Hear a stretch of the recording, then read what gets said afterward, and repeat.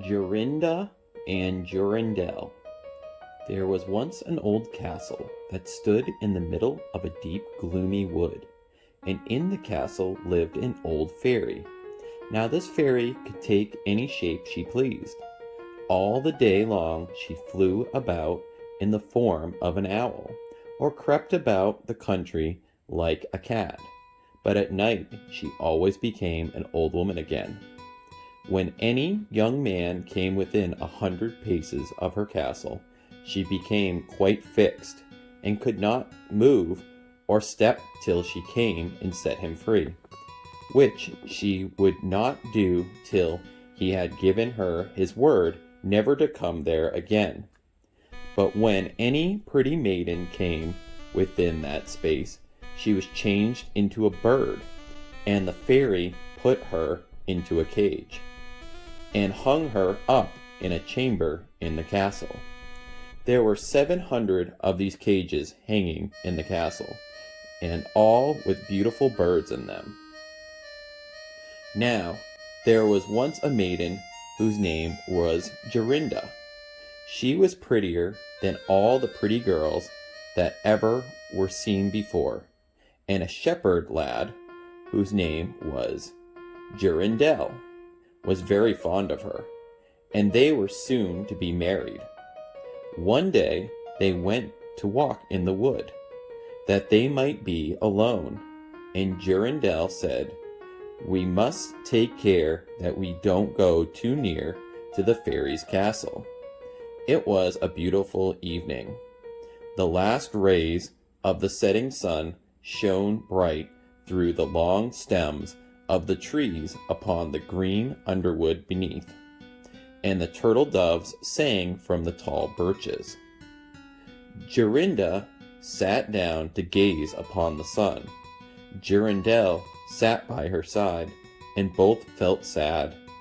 They knew not why, but it seemed as if they were to be parted from one another forever. They had wandered a long way, and when they looked to see which way they should go home, they found themselves at a loss to know what path to take. The sun was setting fast, and already half of its circle had sunk behind the hill. Jorindel, on a sudden, looked behind him, and saw through the bushes that they had, without knowing it, sat down close under the old walls of the castle. Then he shrank for fear, turned pale, and trembled.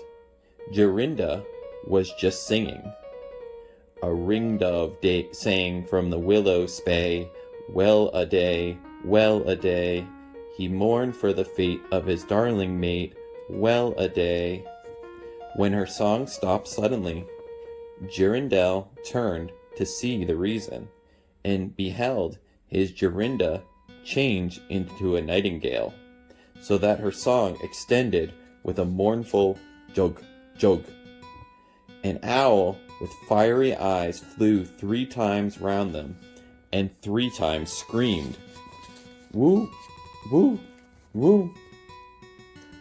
Jorindel could not move. He stood fixed as a stone, and could neither weep nor speak, nor stir hand or foot.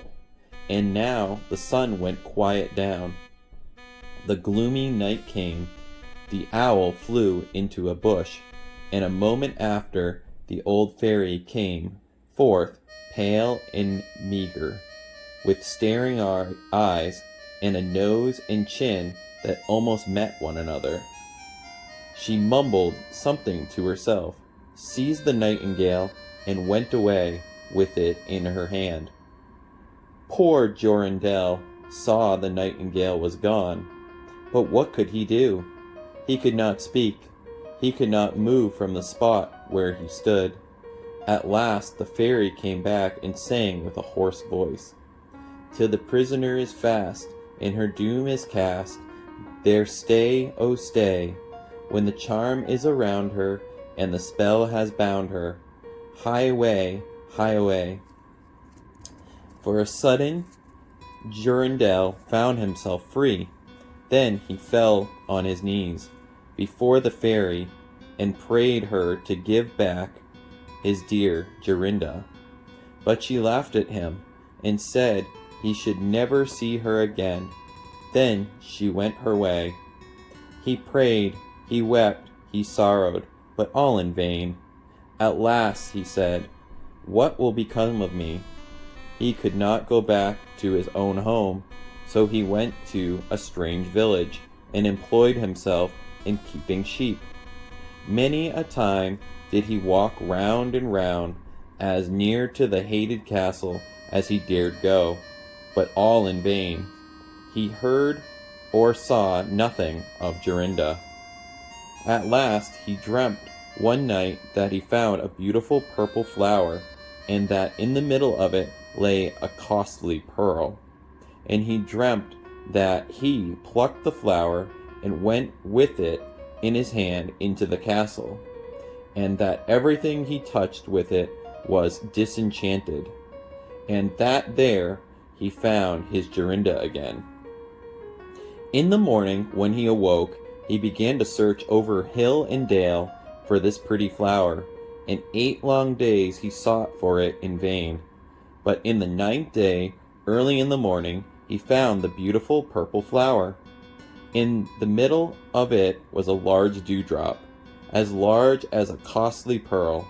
Then he plucked the flower and set out and traveled day and night till he came again to the castle. He walked nearer than 100 paces to it, and yet he did not become fixed as before, but found that he could go quite close up to the door. Jorindel was very glad indeed to see this. Then he touched the door with the flower, and it sprang open, so that he went in through the court, and listened when he heard so many birds singing. At last he came to the chamber where the fairy sat, with the 700 birds singing in the 700 cages. When she saw Jorindel, she was very angry, and screamed with rage, but she could not come within 2 yards of him, for the flower he held in his hand was his safeguard. He looked around at the birds, but alas, there were many, many nightingales, and how then should he find out which was his Jorinda? While he was thinking what to do, he saw the fairy had taken down one of the cages, and was making the best of her way off through the door. He ran or flew after her, touched the cage with the flower, and Jorinda stood before him, and threw her arms around his neck, looking as beautiful as ever, as beautiful as when they walked together in the wood. Then he touched all the other birds with the flower, so that they all took their old forms again, and he took Jorinda's home, where they were married and lived happily together for many years. And so did a good many other lads, whose maiden had been forced to sing in the old fairy's cages by themselves much longer than they liked.